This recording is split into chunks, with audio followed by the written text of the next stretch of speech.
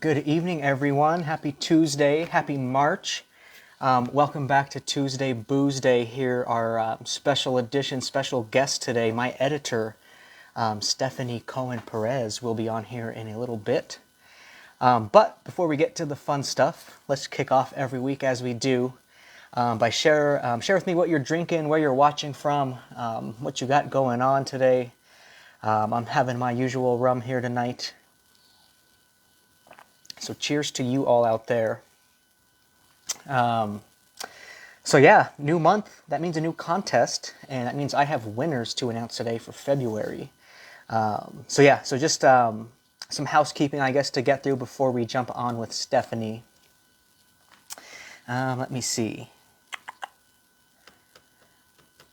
Sorry, my notes here were on the wrong page. Okay. Hello, everyone. I see you coming in. Welcome, welcome. And yes, be sure to use those hashtags, hashtag live, hashtag replay. Let me know how you're watching. Good to see you out there. Pat, Dad, Mom, Lori, hello. Jody, hello. All right. So I'm going to just give maybe, 5 minutes or so, let people trickle in here to our show before I bring on Stephanie. So as our usual, let's talk about the last week or so, last weekend.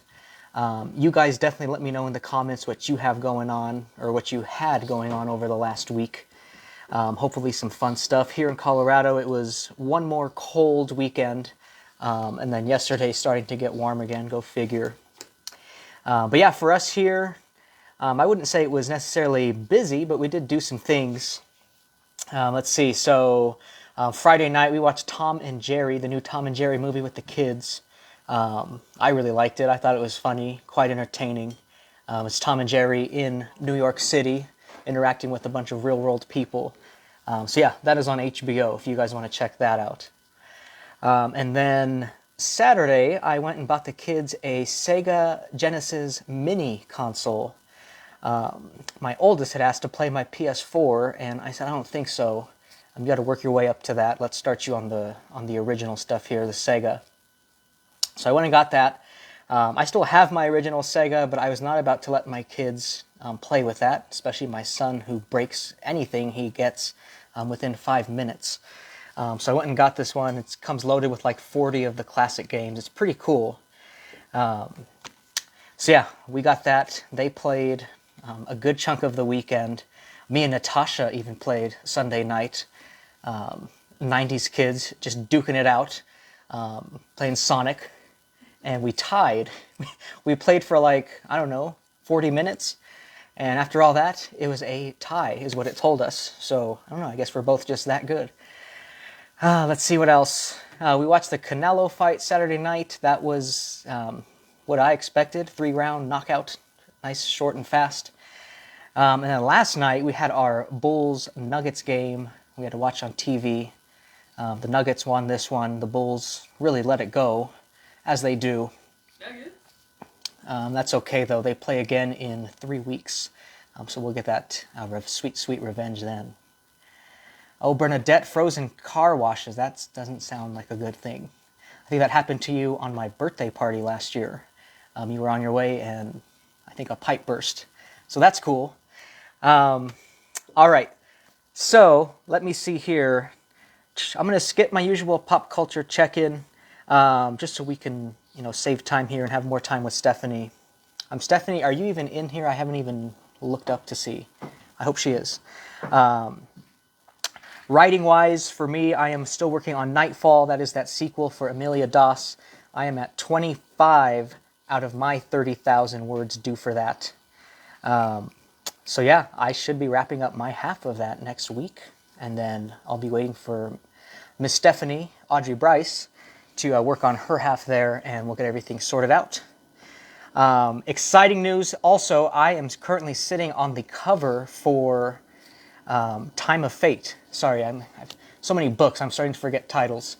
Time of Fate. Yes, I got the cover today, and it is beautiful, I have to say.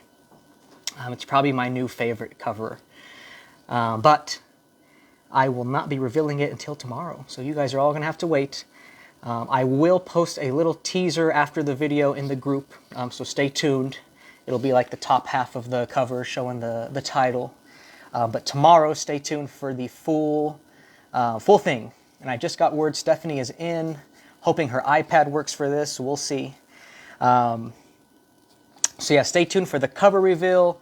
Let me see. That's really all I have going on because I have pretty much caught up on my to-do list. So I'm in a good groove. Things are very productive. And I do want to take this moment to say, Natasha's dancing or driving, I'm not sure. But I know both myself and Natasha have posted over the last week about some of the changes to Facebook groups.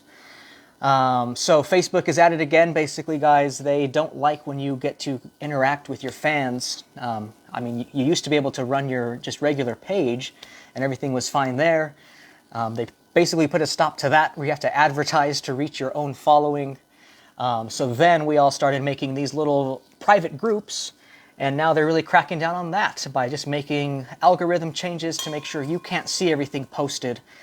So go back to one of those posts if you haven't yet. Check out how to adjust those settings so that you can see all the posts here in the group and any other groups you're a part of too. I know it really hurt me because I'm in a lot of writer groups that I kind of rely on, sort of like my daily news, and I've noticed too a lot of the content has not been showing up. So we can fight Facebook together by adjusting those settings. The Bulls aren't as good as the 90s. Well, I know that, Lauren, thank you. We all know that. That doesn't mean I can't love them still. Cheers. All right. So, before we jump in with Stephanie, we do need to announce our February winners. So congratulations. We have first prize, Miss Pat Murphy. And then second and third place are going to Shannon Casey and Alicia Panucci. So Pat, you will be winning a $5 Amazon gift card. I will get in touch with you on how to best deliver that over. And Shannon and Alicia, you have won free ebooks or audiobooks. So just send me a message, let me know what you'd like. And yes, you can use that on a pre-order for Time of Fate if you like, since we're kind of within that window here. So congratulations to our winners. I will post a little shout-out post for you three in the group. And yeah, I guess that leads to my new month, new prizes, which I don't know. I did not write that down. Hopefully Natasha can pull up the prizes. And while she does that, I will announce a new rule addition to how we're picking winners. She's just lipping over here to me. So everything's going to stay the same as far as, you have to be engaged to rack up your points. But we are also trying to grow this group. So in addition to being engaged, we are asking you to invite people who you think would be a good fit in this group. So any friends, family, whoever, just readers in your life, feel free to add them here into the group. I will have Natasha post something tomorrow about exactly how that will all work. She knows how to track that all down, so I'm kind of just leaving that up to her. Hi, Marilyn, welcome. So yeah, so just a little addition here for March, the March contest. And let me see what we have for prizes for March. Second and third will still be the ebook or audiobook. And first prize will be, an interview. So the winner for March, we will pull on to a Tuesday Boozeday episode, and I will interview you, and we can go back and forth. So very fun. So one of you fine people out there in the crowd will be on here with me sometime in April. So have at it. Invite your friends like crazy, and that can be you. All right, guys, so I'm going to start shifting gears here. Let me make sure I know how to even pull Stephanie in. Natasha, come here. I never know which button it is. There's two buttons, and they look like the same thing. This one. Mm-hmm. Okay.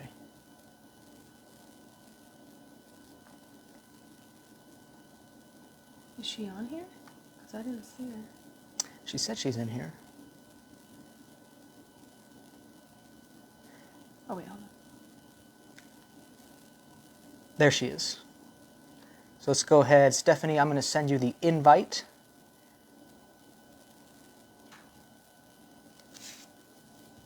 I don't know if I need to leave that up.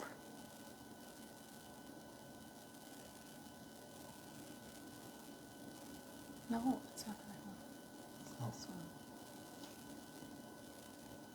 Okay, invite is sent, Stephanie, so I'm not sure what that looks like on your end, but feel free to accept that.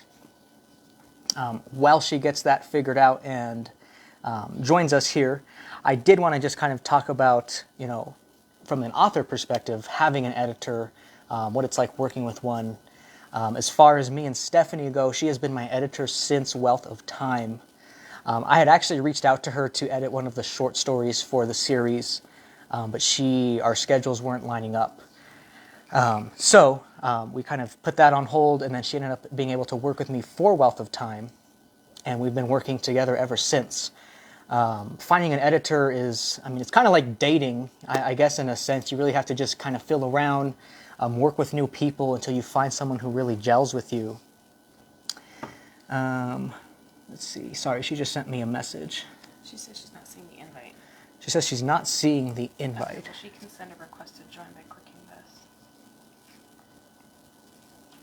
Okay, Stephanie, so it looks like there's a little green icon you can press on your side. Natasha, do you want to show it real quick? Sorry, guys. Everything's different for every platform that you're on. One of these little buttons. So, Stephanie, if you have that little green button there, that should actually allow you to request to join the video, and then I can accept you in. And if that's not working for some reason, I don't know if you want to maybe hop on your cell phone just to see. It's obviously working because it let me send you an invite. Let me see. Stop. It's this one. Are you sure, though? Yes. This is everyone in the group right now? Then what is this one? Add viewers to be in your broadcast. See, she's not on this list. Okay. I don't know. See, this. Okay. Yeah, Stephanie, if it's not working on the iPad, maybe try your cell phone. Sorry about that, guys. We're still figuring this out. Facebook, of course, with all their rules. But where was I? Yes. So I met Stephanie on a website called Readsy. It's basically just a big marketplace where authors can go and meet editors, cover designers, marketers, all sorts of things. So Stephanie, just let me know. She's going to hop on her cell phone and see if that's going to work any better. I'd imagine it will. And, a little insight from my end, I have always tried to work with a female editor. For me, I think it's important just to sort of have that balance. Obviously I'm writing all these characters and all these things happening at one time. And, I feel it's important to have the opposite sex kind of touch the book, have their perspective influenced on it. Just to make sure, I'm not portraying women in the wrong way. Because trust me, I'll post some jokes in the group at another time, but there are some hilarious examples of men writing about women. And yeah, it's just hilarious. So I don't want to become a meme in the writing community. So that's why I try to work with female editors to avoid things like that, and just to have that outside perspective. Oh no, Stephanie, she's keep getting kicked out of Facebook. She says, "No worries, Stephanie. You do your thing. I guess I'll talk about pop culture then while she does that." I'm glad I skipped it in the first place. Now I have something to fall back on while she gets that stuff figured out. So let's see, pop culture-wise, like I mentioned, we watched Tom and Jerry. So you guys definitely share in the comments anything you watched over the weekend or the last week. New shows, new movies, whatever it may be. We've been slacking on our end. We have not caught up on Superstore, which I know had a new episode come out. So we're behind there. We're still watching Parks and Rec. Just started season 6. One of the best seasons in my opinion. Let's see what else. Oh, and then I have started listening to The Cleaner by Mark Dawson. It's the first book of his famed John Milton series, his million-selling series that all of us authors, thriller authors at least, try to study and learn, how he wrote it, how he markets it, mainly how he markets it. So yeah, very good book, I have to say. And then as far as what I'm physically reading, I'm still reading Hunted by Darcy Coates. Making good progress. I think it's a little bigger than I originally thought, but I'm approaching about the halfway mark, and it is pretty good. Let's see, looks like we have WandaVision, The Walking Dead. Let's see, let me go back, make sure I didn't skip anything. Okay. Perfect, guys. So it should be just a couple more minutes, I'd imagine, here for Stephanie. I think she had to uninstall and reinstall her Facebook app because it kept kicking her out. Ah, yes. We're going to have to find a new platform one day, I feel. Facebook is kind of just squeezing us all out, it seems. But yeah, Natasha will have something. I'm sure she's always up to date on what's going on there. All right, Stephanie is here. I see her now. Bring them on camera. Natasha's pushing the button.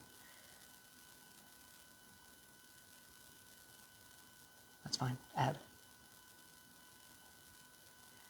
Matthew Riley is a great action writer. I am not familiar with Matthew Riley. I'll have to check him out. Thanks for that recommendation. All right, Stephanie, I believe we have sent the request. Let's double check here. Yeah, it still says invited. So Stephanie, if you see that green button now, which you should, that could work. You can Zoom and go live on Facebook. Is that a thing? I told you that. Natasha's told me that, she says. Oh, man. Well, I don't know how that works. If we're trying to learn that right now.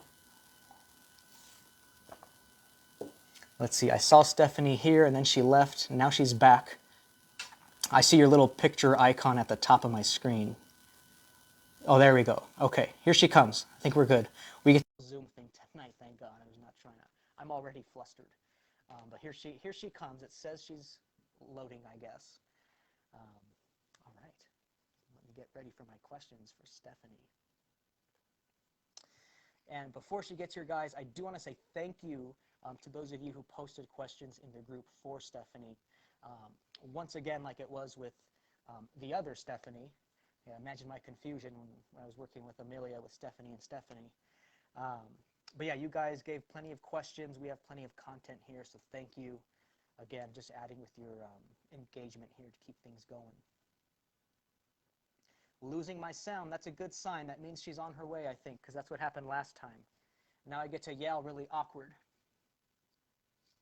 Am I losing my sound? Yes.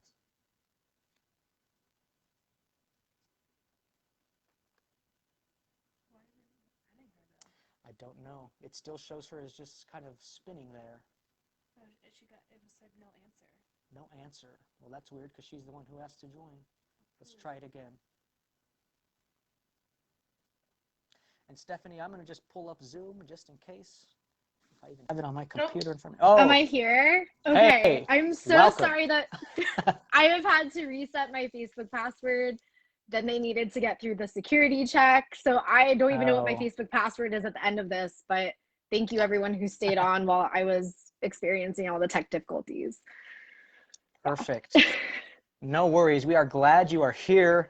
I was just about running out of things to ramble about, so I'm glad it connected. Perfect. Awesome. So everyone out there, I think I'm going to just start yelling. Do I have to yell, or is my sound back to normal? No. I have to yell. So sorry, Stephanie. I think you're the one who hears me yelling, but that way everyone else can hear me just fine.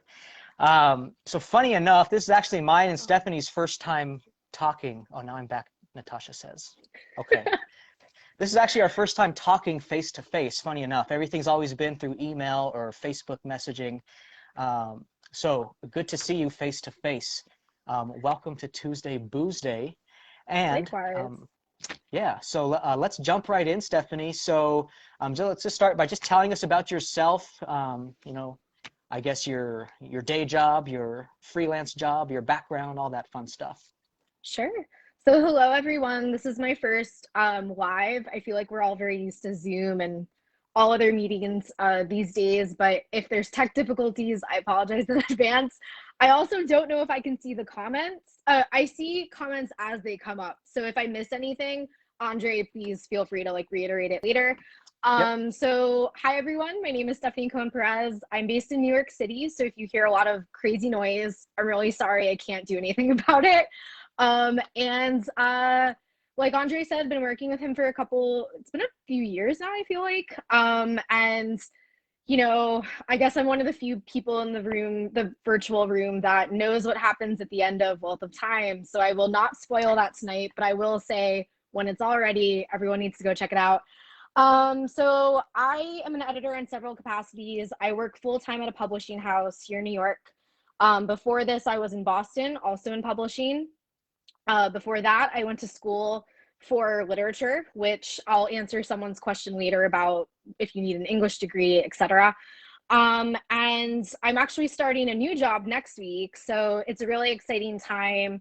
It's a really competitive industry, and a lot of us do things on the side because it's not a very lucrative industry, which I'll get into later too.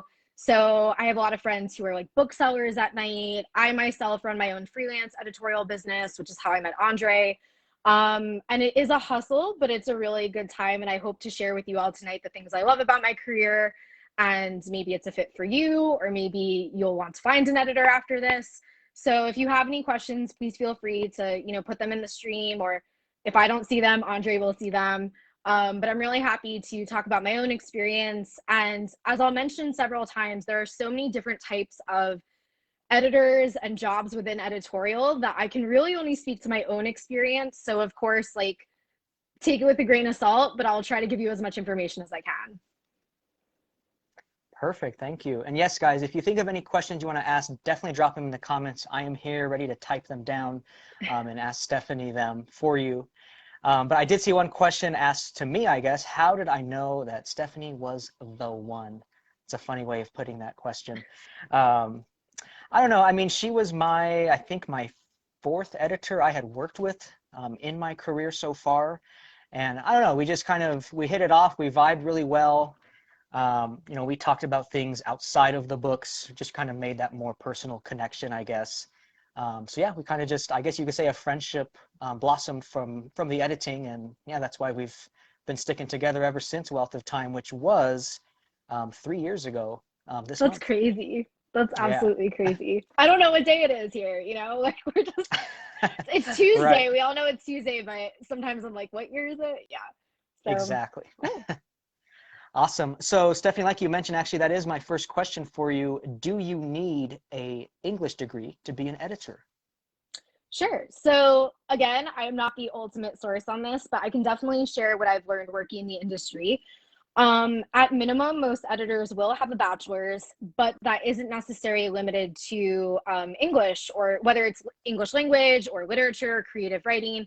I have worked at some of the major houses with people who have, whether it's bachelor's, master's, or doctorates in things like philosophy, computer science, biology. It really depends on what you're trying to edit. So if you want to edit engineering textbooks, having a degree in English literature isn't exactly the most helpful thing. And likewise, if you want to go into editing novels, it's probably helpful to have a literature background. So yes, a degree is helpful. What happens if you want to work full-time or freelance is you will have some sort of editing test or proofreading test to go through. So not only does the degree count, but you also need to have the technical skills that you can show off during the interview process. And then the last thing I wanted to add to this question was there are programs that aren't necessarily, graduate degree programs or full-time schools. So there are these things called like summer publishing institutes or certificate programs. I'm not here to necessarily tell you to go to any, because I know I applied when I was much younger and I did not have the money, so I couldn't go, and I sort of had to fight my way into the industry. But for those who don't want to go back to school for 4 years, or they don't really know if the industry is for them, those kinds of institutes are a good way to make networks within, make a network within the industry, make connections. So a bunch of them are here in New York, which I think they're all virtual now because of COVID. But that's something that I know a lot of people on the younger end or people who are restarting their careers, they might go to. So again, not to vouch for it because it is expensive and not everyone is able to do it. And it's also very selective. So I think people can make their own editorial career on the side. But for someone who's looking for formal training, there are certificate programs and trainings out there. Perfect. And then I assume if you're working for a big publishing house, they check that. They check your education background. And they would definitely check education. And like I said, I've worked with people, psychology background, philosophy. I do think like social sciences helps. But again, if you're working with, when I've worked for academic publishers, if you're working on math journals or textbooks, they probably want you to have a background. They want you to have the technical editing skills, but it would be better if you had a background in something else. So I don't think having a degree in a different field is like an automatic red flag for being an editor. And there's definitely ways, there's a lot of writers in this group, and I'm sure you all know ways to spin your self publicity, to talk yourself up and be like, well, I did a geography degree, but this is what I learned in it. And so I think just knowing how to talk about yourself and use that experience is helpful. Perfect. All right, let's move along. Next question. Have you ever edited something that you thought was terrible? And please don't say it was me. All of Andre's books. No, I laughed at this question because I will be completely honest. And the answer, I think, as most people are expecting, is yes. Whether it's you're working at a publishing house and you get an assignment that, is part of your job, you can't say no to it. Or, when you're starting out as a freelancer, sometimes you're taking on things to build up reputation. Sometimes you're working paycheck to paycheck, so you need to take on projects. I've definitely taken on projects that I'm not fans of, but I think as you get older and more experienced, I haven't had to do that in the last couple of years, and you can be more selective with what you take on. So I think you get a feel for what you want to edit and what you don't, or maybe what you're a good fit for, because that's important too. You can love science fiction, but if you're not very good at editing it, you probably shouldn't. So I really try to take on genres that I'm experienced in as a reader and I'm very into personally, and then experienced in as an editor or a reviewer or a writer. But yeah, I think for this question I had in my notes, like, I'm not really a fan of nonfiction. I don't really read it in my spare time. And I tend to turn down projects when someone reaches out to me. So there's always going to be the right editor for a project. And I don't think editors should feel bad about turning down projects that might not be like the best fit. Okay, great explanation. Let's see, our next question.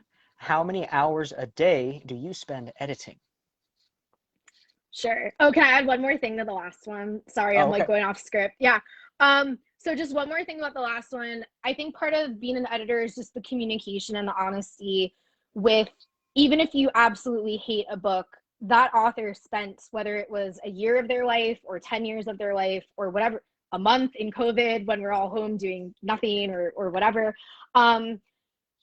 They spent so much of their time and energy and emotions on it. So I think part of being an editor, and this came up in a later question, is just knowing how to talk to an author about the work. So you don't have to personally love it, but being able to be respectful and being able to get their manuscript to the best it can be, whether or not you're a personal fan of it. That's like a huge part of the job.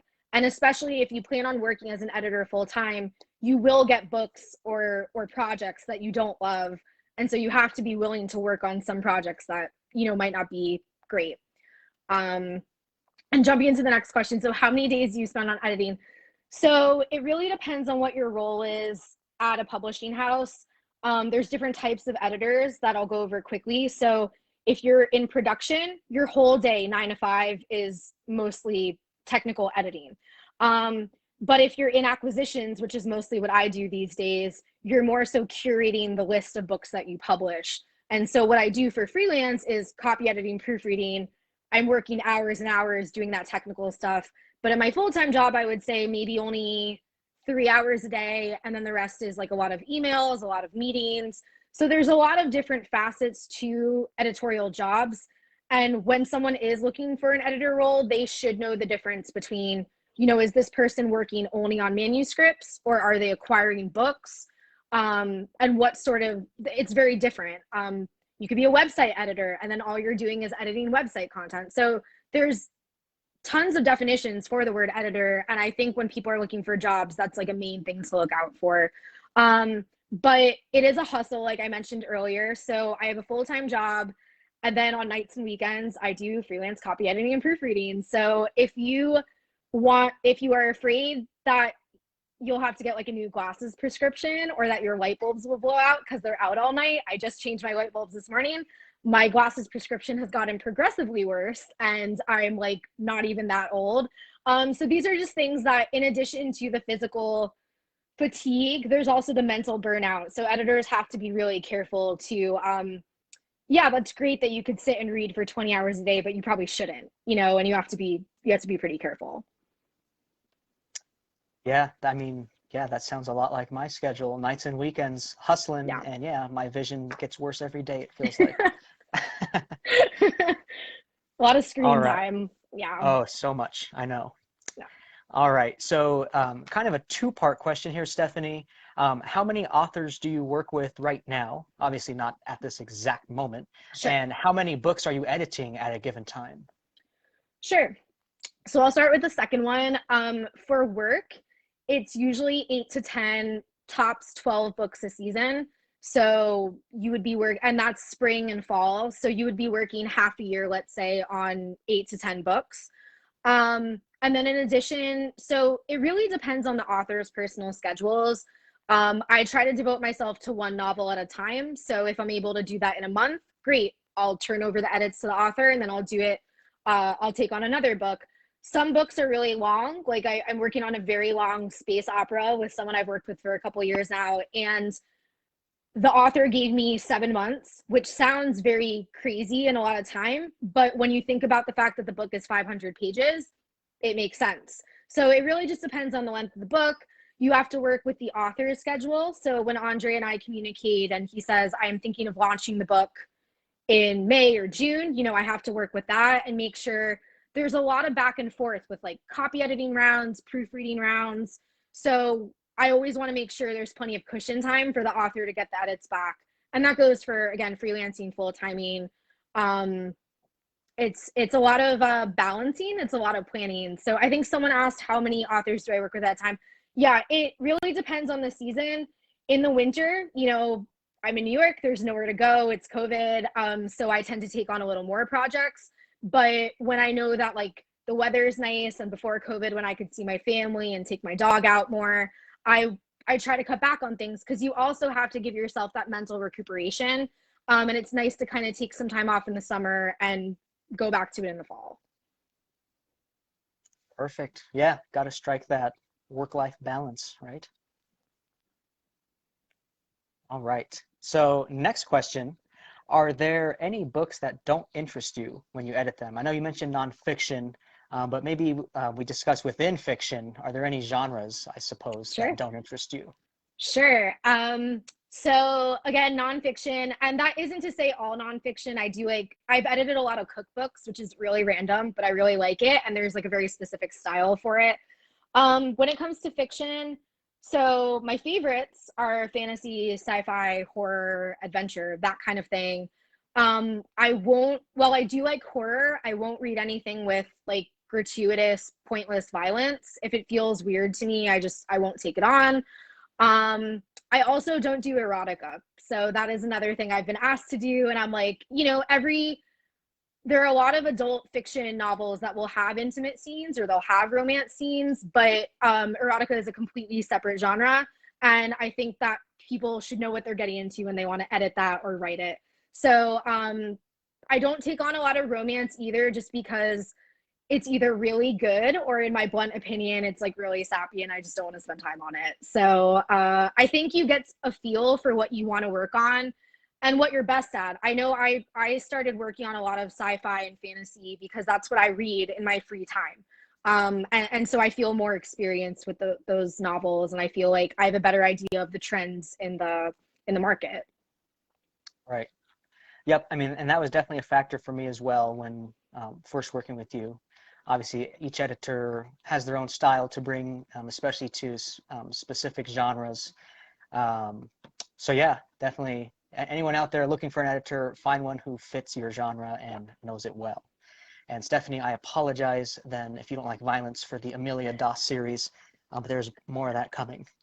Oh, no. Which is why I said horror. Like, I mean, I grew up watching Tarantino and Stephen King and all that. What I mean by gratuitous violence is, just crazy slasher, like to the point where it's not even entertaining.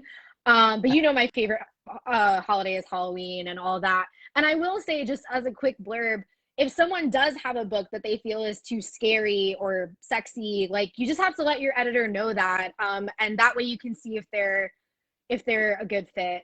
Also, I didn't answer a question. Let me know if I skipped a question or skipped over a question. Oh, I I have it see the coming up comments here. pop up briefly. Okay. No, you're good. You're good. I have it on the list. No worries. Perfect. Um, Actually, it's going to kind of segue into that question, but not quite yet. So let's talk a little more about the actual editing process. So how many times do you edit a book? Sure. So the standard package that I offer, and I've noticed a lot of other editors offer, is it's usually like 3 rounds. So first of all, it depends on how heavy of a copy editing hand your book needs, or how heavy of a proofreading hand. And what I mean by that is if it's almost unreadable, if there's so many errors, naturally you're going to be paying more to the editor because it takes more rounds of editing and it takes more of their time and more of their effort and more of their expertise to sort of rewrite things. So ghostwriters are completely different. I get that question a lot, and I'll get a request that says, here's my book, can you rewrite everything and make it shiny and new and perfect? And that is ghostwriting. But if there is a book that needs a really heavy editing hand, like, yes, you're going to pay for it and you get the labor that you're investing in. So standard, I would say the average adult fiction novel, 60,000 to 80,000 words, is like 3 rounds of edits. And I go back and forth with the author. That's my style, just because I want their input as we're going along. I don't really believe in the leave me alone for 6 months and then I'll give you back your manuscript and then you'll see what happens. I do believe that it's more of a conversation, more of a collaboration. And then after that, there's at least 1 round of proofreading. So again, it depends on the author's skill and their expertise. I've seen authors who I've worked with over the years improve. So sometimes when I started with them, they needed a lot of copy edits, and now they're at the point, I hope they don't leave me alone and never need me again, but they're at the point where I can see a marked difference in their writing. So then we spend less time on the edits. So it really just depends on what kind of edit you're looking for. There's also something called developmental editing, which some of you might be familiar with. And that is when an editor deals with like world building, plot, characters. It's very in depth. It takes more time. It's more expensive. And so those are some things that when you're looking for an editor, to just be aware of, what services are you looking for? What is your budget like? What is your schedule like? Perfect. And yeah, for any writers out there, I would say if you're early in your career, definitely invest in a developmental editor. I did for my Insanity series, and yes, I paid a fortune, but it was very much worth it. And you learn a ton from those consultations, I guess you can call it, because you get a whole like report of everything about your book, Right. where it can be improved, what's good, what's not working. But yeah, by the time I met you, Stephanie, I just felt I was at a point I didn't really need that. I had a good grasp on, plot holes, things like that. So really just Right. making the writing itself cleaner and tighter. Right. And that's more of like the copy editing proofreading that we're chatting about. So, yeah. Right. So I guess that kind of spins into the question from Marilyn. Do you ever change parts of the story? That's a good question. So I would preface that by saying that's definitely a developmental editor thing. However, if I'm reading, let's just use Andre as an example since he's here. If I'm reading a book of Andre's and I notice that a name for a character all of a sudden becomes a different name, something that seems like a plot hole or seems like an issue, of course, as a good editor, I can't ignore that. So I have to pay attention to that and be like, I know that you didn't hire a developmental editor, but we need to fix this. So there are changes that are part of the overall editor role that whether or not you signed up for it, you're still responsible for. That being said, I would never rewrite a scene or even a full paragraph without consulting the author first. So if I felt like it was necessary, I would mark up the page, I would use track changes, I would make sure the author knew exactly what I was doing. But that would definitely be a conversation for me and the author, because if it's not a developmental edit, I really wouldn't feel like I had the authority to change like a character's actions or dialogue. That being said, do I reword sentences if they sound awkward? Yes, that's like structural line editing. But if it's like, oh, I'd rather this scene takes place in Texas than Denver, that's a conversation I would really have to have with the author. Perfect. And yeah, I can speak to that too. Another thing too, as the author, you don't have to accept anything your editor suggests. So like when I get a book back from Stephanie, obviously Natasha. it's marked up. It's marked up. There's comments in the margins all throughout the document. So really what I do, I kind of just skim through all the like the line edits, grammar, sentence structure. I pretty much never reject any of those. And then I go through the comments, and that's where me and Stephanie kind of have that back and forth that she's mentioned, to really just get things ironed out, make sure we're on the same page, Right. and yeah, that's kind of it from there. All right. Well, what is Natasha saying here? I've rewritten scenes for. I knew there was an in-house editor working on things. So there you have it, guys. Stephanie edits 3 times.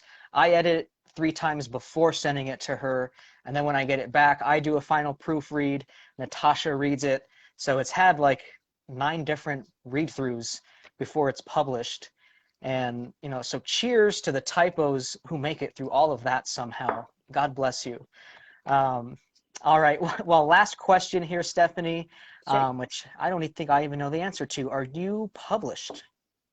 Am I published? Oh, that's a good question. That's a surprise question. Am I published? I believe I have poems somewhere from like my graduate school time. I am not published actually. So that's always an interesting thing where people are like, so you're an editor, are you also a writer? I do consider myself a writer since I do write for a bunch of prolific review platforms. So if you Google my name, you will find my book reviews on some pretty big places. But I have a novel that's sat in my computer for about 10 years now. I don't know what will happen with it. Um, I don't know so it's a young adult novel, and as I start to work with young adult books next week, maybe it'll go somewhere. I don't know. But the thing about being an editor is your writing it doesn't mean you're automatically like an amazing creative writer.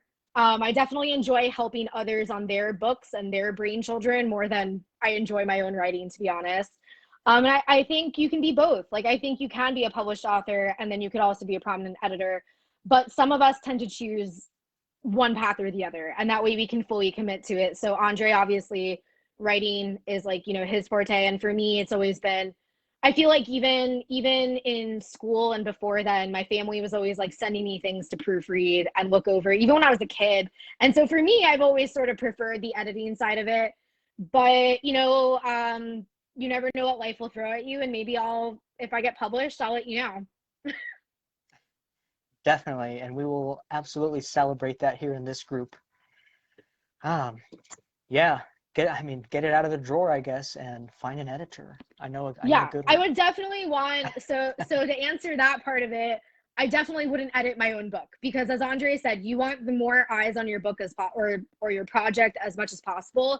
So whether it's your parents or your spouse or whoever reading or a friend, I think it's really helpful, even if your chosen readers are not professional editors or professionals in publishing. I think it's important to have those people you can trust and share your books with. For some people, it's beta readers, as I know some of you in the group are familiar with, or just your family, or friends that you can have read it, because sometimes they'll find something that no one else noticed, or they'll just say like, look, it's nice to have this support, because sometimes you don't realize your book is as good at it as it is until someone else reads it and they say, wow, I really enjoyed this. That's very true, and something to keep in mind when you're writing a book. You're looking at that thing all day, every day, 10 times, and by the end, you're just kind of bored with it. You're like, why would anyone want to read this? But then once it's brand new for someone, they're like, hey, this is awesome. It's like, oh yeah, I guess it was, wasn't it? That's how I felt Exactly. today when I saw the cover for Time of Fate. I said, oh my God, I have to, I don't know, we need to get on this. I need to get this book out. I'm not Is putting there going pressure to on you. be no, I mean, I'm working on it. Is there going to be, and I'm not trying to spoil anything, like a launch like celebration because of the end of the series, or do you and Natasha have something big planned? Nothing that we've discussed yet, but I'm sure now that you've said that, she will probably start thinking of something. I Good was just idea, wondering, yes. but yes, everyone watching, the book will be out. We're working on it, and Andre will get it back soon. Yeah, guys, Stephanie is the only person in the world besides me who knows how the series ends. Not even Natasha has read it yet, so I wait till it's nice and clean to give to her. Um, so yeah, there you have it. Looks like one last question came in here. Have you ever lost an author due to a disagreement on your editing or suggestions? Sure. That's a good question. So I think it depends on what, and I'm not skirting the question at all. I will answer it. I think it depends on what the project is. So, for example, it happens both in the full-time publishing industry and in the freelance world. I worked for, I mean, I probably shouldn't name drop, but I worked for some big places where we did lose contracts because someone wasn't happy with either how many royalties they were being paid, or specifically they weren't happy with the editor's edits. Some of that is because some authors, what's the word for it? Like, I don't want to say they're too prideful, but some people don't like constructive criticism. And that is the whole point of getting an editor is, like Andre said, you don't have to accept every single edit. You can question me, you can write back to me and say, hey, I don't think that's right. Like, can we do this instead? It's supposed to be a conversation, but some people, you'll try to have that conversation and they'll just say, no, my book is absolutely perfect the way it is. And so, yes, people do drop their contracts because of that. I have had, freelance clients in the past see my edits, not understand why I was correcting spelling, or they were upset that I suggested, if I saw a plot hole and I was like, hey, this really doesn't work, they took offense. And so the best I can do, and the best any editor can do, is just be honest and genuine and be like, this is what you need to make the book better. We want the book to appeal to audiences. And the only stake I have in it is to build a good relationship with the author and get a really cool book out there, because I love doing it, because I love books. As I said, you're not going to go into this profession and make $1 million and become, the editors aren't really the famous people, it's the authors who the editors, help. So you're not in this for the fame, you're not in this for the money, and you will lose clients along the way because there are disagreements. If you're looking for like the tea, I haven't had any like crazy drama with clients, but I have had people, say, I didn't like this edit. I thought my book just needed a proofread. And that's where sometimes an editor and author will differ on what level they think your book is at. Awesome. Well, I don't think we'll ever encounter anything like that. But that is a good note too for those of you who ever might be considering going traditional route versus the indie route. If you go through a traditional publisher, they're essentially owning that book. If they suggest a change, they're not really suggesting it. They're telling you, you have to change this for us to publish, or else we're not going to. Whereas as an indie, if Stephanie said, hey, you need to cut this character out of the book, I can just say, no thanks, they're staying in. I don't care what you say. So there's Right. kind of that added flexibility by going the indie route. Oh, there's a good question from Jody. Do you have a running count of how many books you've edited in your career? That is a great question. Thank you, Jody. I don't have an official number for you, but I've noticed this when I've applied to jobs. They will ask you sometimes for like a list of books you've worked on. So I can give you an estimate. My list of books that I apply to jobs for is in the hundreds, but I don't have all of them in there. So that's about, I'm almost at like a decade of working both as like either in the full-time publishing industry or as a freelancer. So it's in the hundreds. It's which is crazy to me. But again, part of that is when you are a full-time editor, and like in some jobs when I was working with textbooks, if you're doing 20 textbooks a year, that starts to add up really quickly. So it really just depends on what part of publishing you're working in. My next job that I'm really looking forward to, it's about 20 books a full year. So it really just depends on where you're working. And then if you're freelancing, it depends on how many clients you want to take on. So every year is a little different, I would say. I will say COVID really increased the amount of people who were working on their craft, getting those books out. And I will say I've had the most requests probably in my whole career when COVID hit, because people were at home and they were really looking for something to do. So while I can't take on all of those, I know there are so many editors that were happy to get all these requests. And we were very fortunate that our way of life, I mean, we were already inside at the computer all the time, not having fun outside. So like our way of life wasn't really changed. Yeah, we are definitely in the best industry for COVID times, I guess you could say. I know a lot of Yeah. careers got launched since last March, so yeah, guys, if you've wasted the last year, hey, we still have a few more months of this, so jump on it. Yeah. All right, Stephanie. Well, I don't see any other questions coming in here. I don't have any on my list for you. So I will just end this, at least this portion with you by thanking you for your time today. It's been a real treat.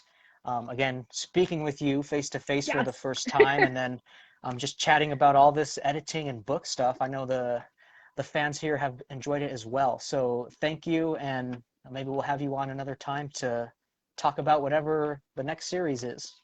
Yes. No, definitely. Thank you, everyone. Thanks for the questions. And Andre has my contact info if you have any other questions or want to learn more. So, thank you and good night wherever you are. I know here it's almost 11. So, like, have a good night, everyone. Definitely. All right. Thanks, Stephanie. We'll talk later. Bye.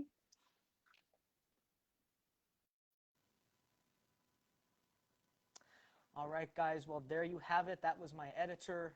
Yeah, that was fun. Like I mentioned, I've never really spoken with her before in that sort of manner, so it's good to get to know her a little better. I hope you all enjoyed that as much as I did.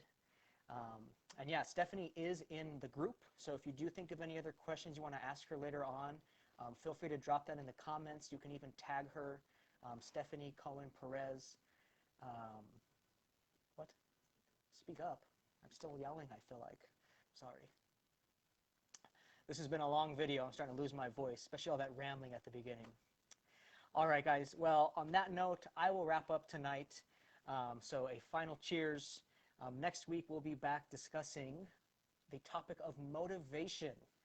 So that should be fun. I am very much in a motivated state of mind right now. I hope that carries on to next Tuesday, but it can come and go whenever, I suppose. So yeah, you guys who have stuck around this whole time, thank you. Love you guys. Cheers. Have a good, safe week, and I will see you guys next Tuesday. All right, good night, everybody.